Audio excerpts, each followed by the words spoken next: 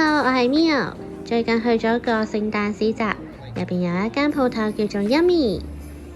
佢哋主要賣一啲同香氣有關嘅產品，例如香薰、蠟燭、香、番梘。由於聖誕節嘅關係，佢哋仲賣一啲聖誕樹嘅裝飾。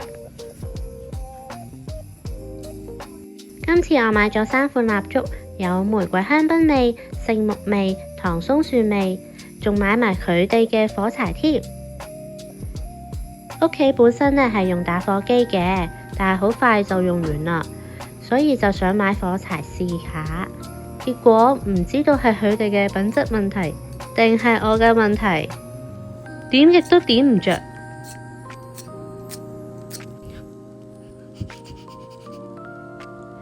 我真係努力咗好耐㗎，我試咗㗎啦，我覺得唔係我嘅問題咯。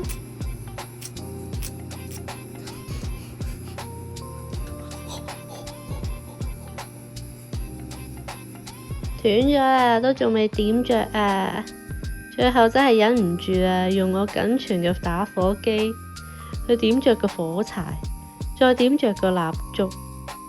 唉，真係好想喊。如果唔講佢哋啲火柴嘅話，其實佢哋啲香薰蠟燭真係幾香下嘅。好啦，就咁啦，完。